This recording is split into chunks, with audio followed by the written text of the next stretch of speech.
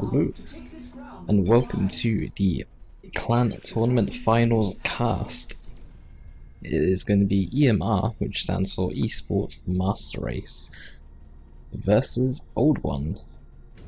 So starting off, we have Noisy playing as the Farseer. In mid, we have Floid as a Tyrant, and we have Ace playing as that Warlock.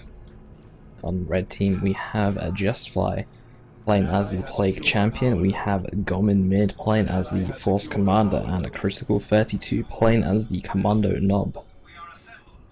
This is the finals game 1 of the clan tournament. There were 6 clans in total. One clan did have 3 teams. But in the end, there is only 2 clans left, 2 teams left to dish it out. All the rules and clan information can actually be found in the description below if you are interested. So starting off, we have triple Dire Avengers coming out for Noisy, a very annoying build to go up against. The amount of range damage that triple Dire Avengers actually do, especially with the Farseer, when you're able to guide one of the squads to do extra 30% damage and an extra 30% range, it can be a bit overwhelming in the very first few engagements. You can also upgrade to triple aspects of the Avenger as well for triple plasma grenades, which is quite infuriating when you're trying to dodge 3 grenades at the same time. But meanwhile, we have Noisy and Floid pushing over onto the same side. Gom and JusTfly are here, but they're kind of getting a bit overwhelmed here by the triple Dire Avengers and the Tyranids coming in. Spore Mines also on the field. Do you see that Plague Champion does need to get out of there. Gom's Force Commander getting quite low. Homagons are trying to come in here, but taking some damage. Might need to get back out of there. So they're just going to carry on going in. Almost outside the base of OO just at the moment as well. But these Homagons do kind of get forced away. We do have the Farseer mid with the Spore Mines. These Spore Mines taking a little bit of damage there, but still haven't bled a model. Now the Farseer is actually, or the Warlock, sorry, from Ace. You can see that Ace was over here as well, going all the way into the base, and so far it is a strong start for EMRs. They actually gained quite a lot of map control. However, looking on the other side of the map though, do you see that this power is uncontested. The K-Knob has been doing some work there, going around actually decapping, but the rest of the map is very much blue in favour of EMR at the moment. The Hive Tyrant is going to get forced away. Some Termagant's going to be bleeding. Critical 32 is going to be jumping onto the side and helping out. The triple Dire Avenger is going to go for a bit of a power node bash here. Generator game put down here by JusTfly, just to make sure that there is at least a generator here if the node does go down. Actually going after these Dire Avengers now. Surprisingly haven't bled a model here. 200 HP with 5 out of 5 models as well. Meanwhile, we do see that they're also making a bit of a play towards mid. The Plague Champion getting inside this building, very effective here. Can't really do too much against this building. I have Rangers on the field. Rangers will do some good job at killing the Plague Champion while inside the building. Kinetic Pulse onto the Devastators there as well. It picks off a sure-by model. Farseer just going in there. Doesn't need to get away as these Vengeance Round Devastators do a lot of damage when you are in the face of them. Rangers taking even more shots. Do you need to get out there as well before you accidentally bleed a model there. Tactical Marines hit by Gom very far forward here.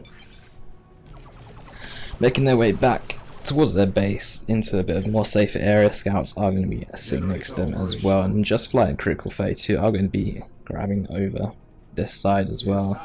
Double CSM pushing forward. Slugger's going to grab that requisition. Heretic's going to move forward, and Shooter's going to move down to mid. Meanwhile, Ace is pushing here, and Floid is close behind him as well. The Shotgun Scout, the Sergeant Scout, sorry, coming out here as well, giving some detection as well, especially against Eldar. With Rangers on the field, could see Hollow Field being used, which will stealth units. Meanwhile, on the other side, there are Warriors as well, which do detect.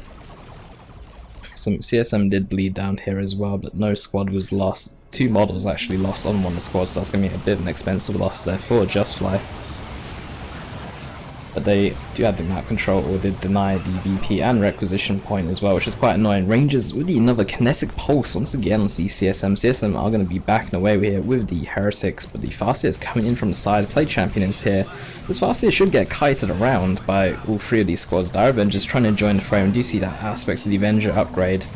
In fact, we see it on 2 out of 3 of the squads as well, so you could see those triple grenades I was on about earlier. Havoc's going to come in. Farseer will back away. Worship going down to heal up these CSM. Do you see that Ace has gone for a similar-ish build, gone double Dire Adventures, but instead of going for triple, he went for a Banshee squad instead. And these scouts actually upgrade into their shotguns as well. Did have the Sergeant first, then the shotgun upgrade, very good counter towards Banshees, which you can shotgun blast them away. No channeling runes, however, on the Warlock, so these Banshees will be fragile. You can get the channeling runes on the Warlock, give your Banshees a lot of health regen per second. Rangers taking out a CSM model, and the Warlock's Destructor taking out another model. Again, more losses there on that CSM squad, bleeding quite a few models there, quite expensive to replace. Always want to try and keep them alive as long as possible, but playing against snipers as the play champion is really infuriating. He doesn't actually have, it doesn't feel like he has as many answers in comparison to other commanders.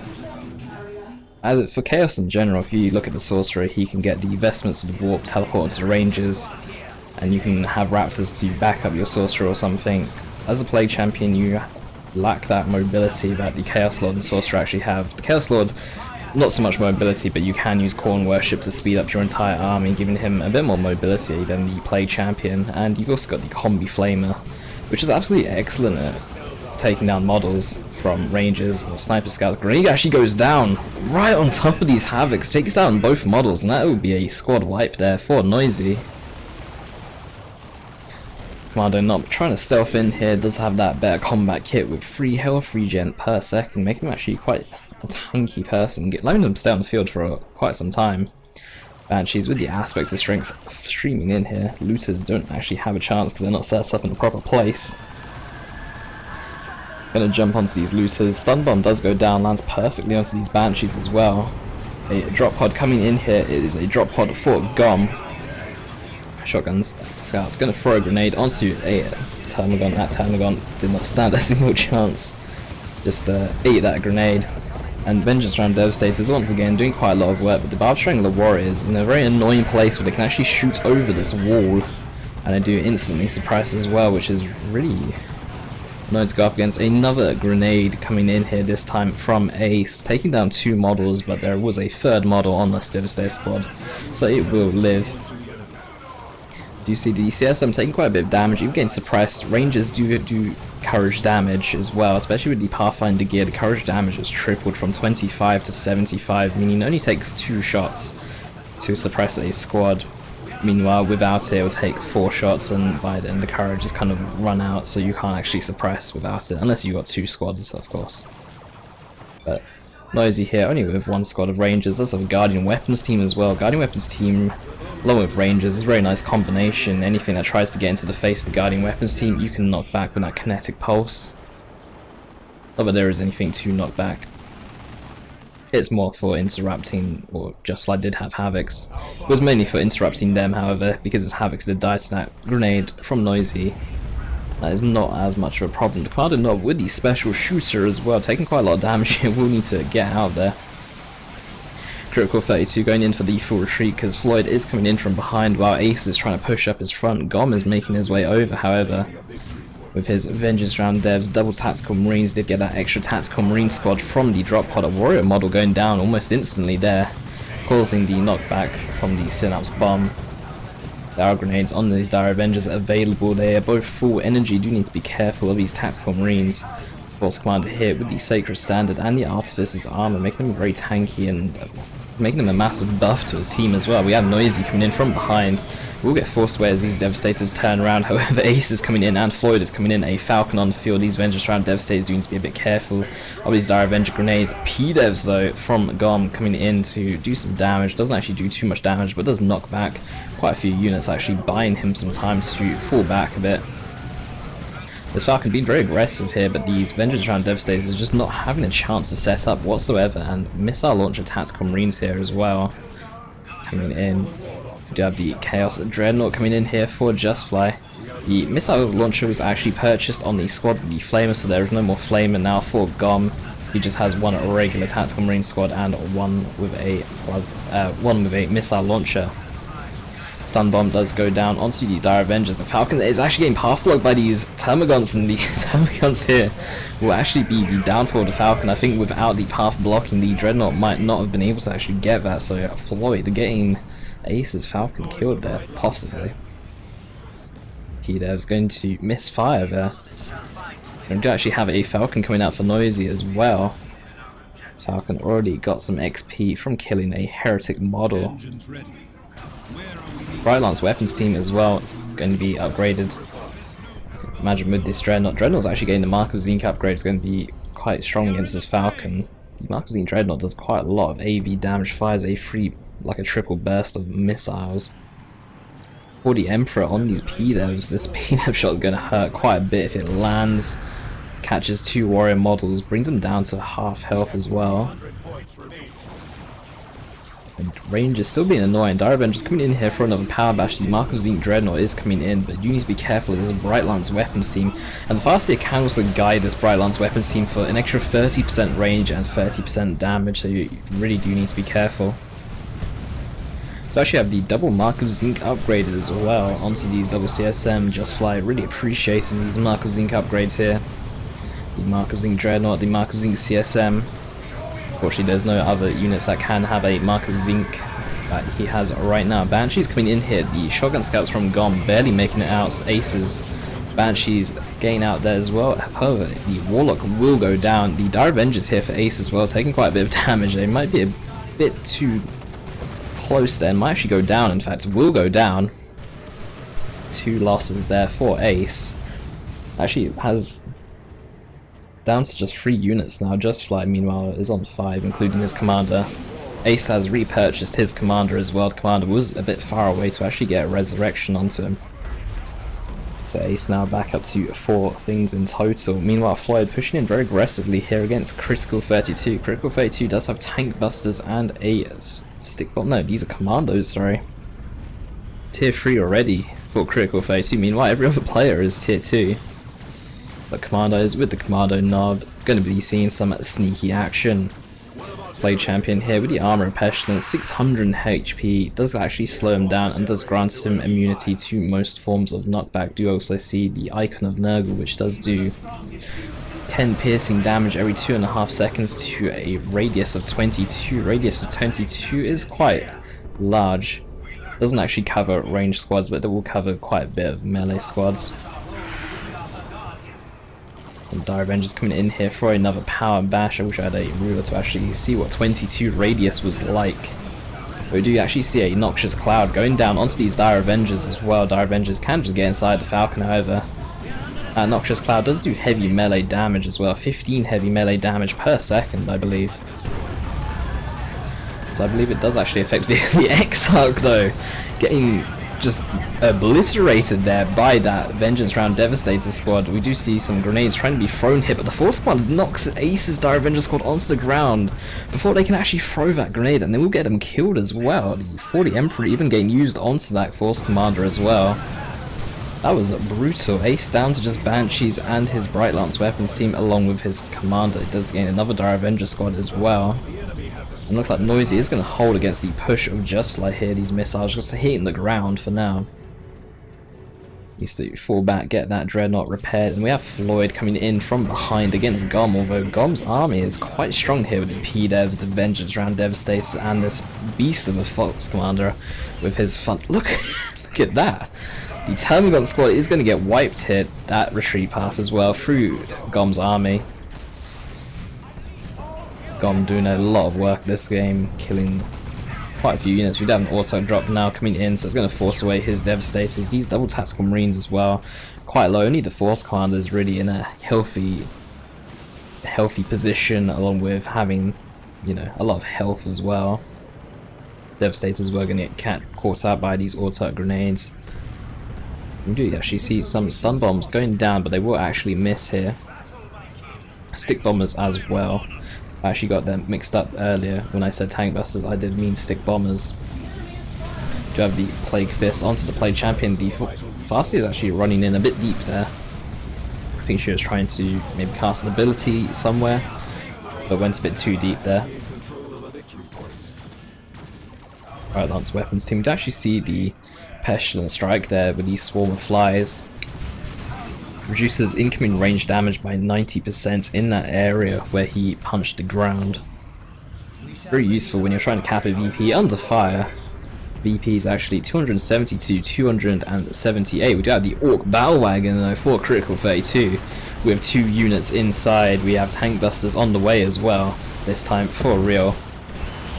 And we do see the Mega Roller coming in here now, trying to run over some rangers, some warriors, some termagants.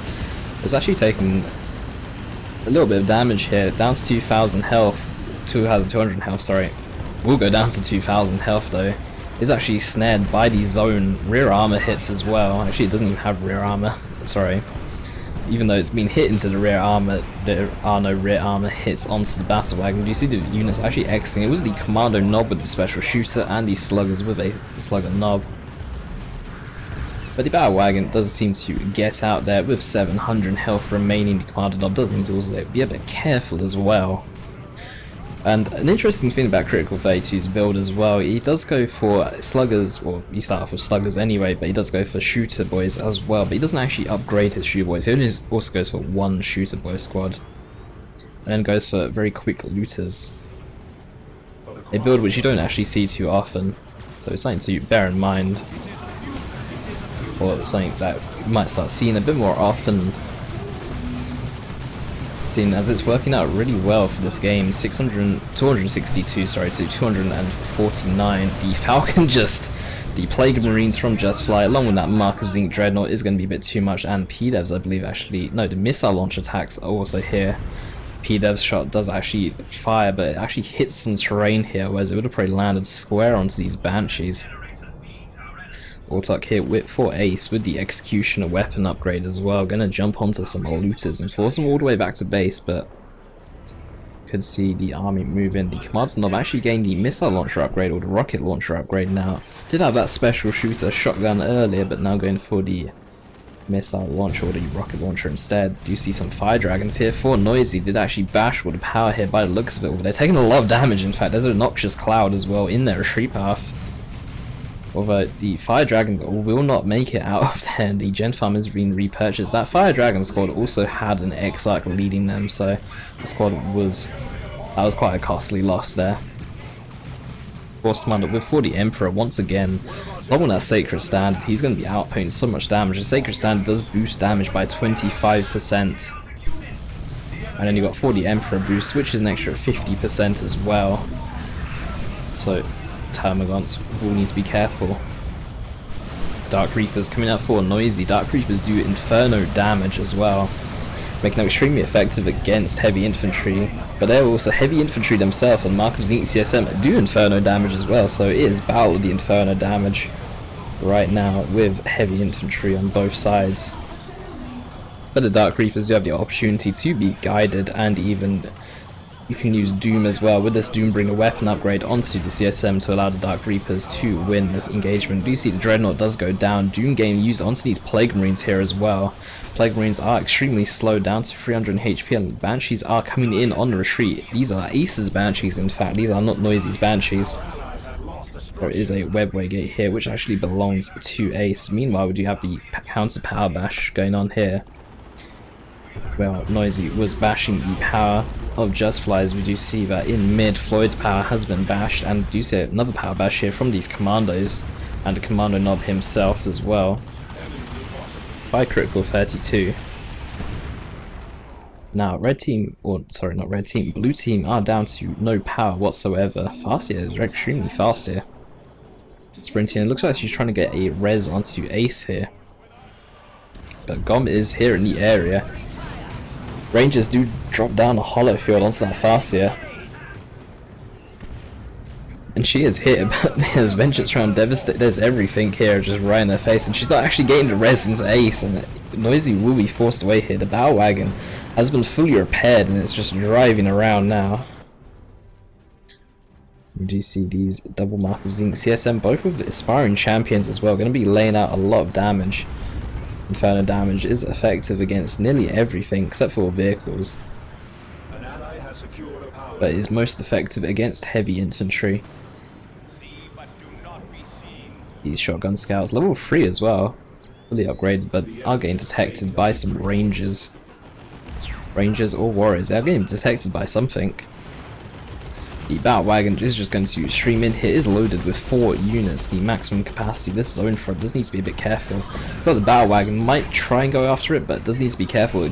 The executioner weapon upgrade onto the banshees, along with the Tyrant Guard, the Venom Cannon on that Hive Tyrant as well, is going to be a bit too much. We do have a big push over here from JusTfly. Doom is getting used onto that Plague Champion. It's taking quite a bit of damage, but he is extremely tanky, so even with that Doom, the extra 30% damage onto him, he is still able to tank that. And it looks like JusTfly will have to pull out of there. Did you see the Orc Truck unloading? The Orc Truck is just going to jump in here though. She's going to lead the charge. She goes after the Stick Bombers, but she's taking quite a lot of damage here, and the Stick Bombers get a special on her, and she will just die. 40 red there, granted to critical 32. Do you see this Hive Tyrant? Look how tanky he is with this warp field. Stun bombs go down onto him as well. Will get forced away.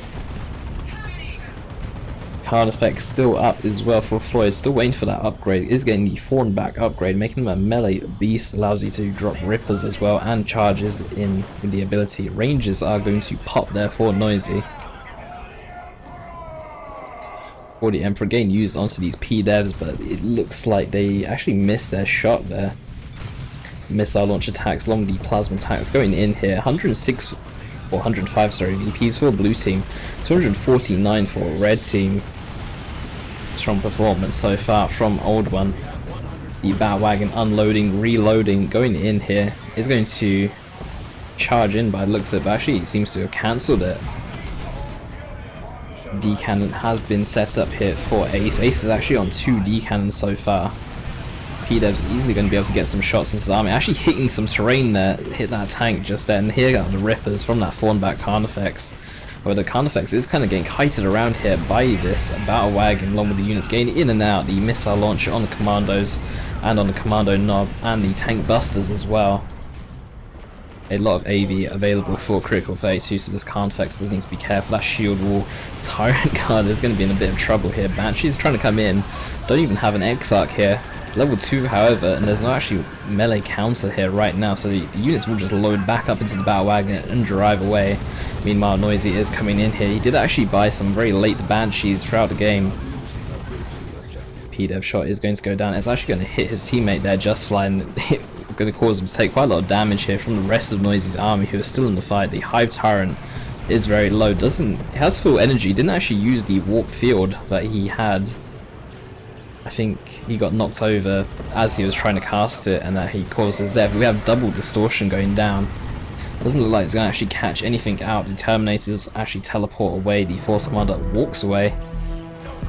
Some scouts over here from GOM trying to do some sneaky capping. However, the Sergeant is getting caught out here. The Sergeant will actually make that squad tanky enough to live.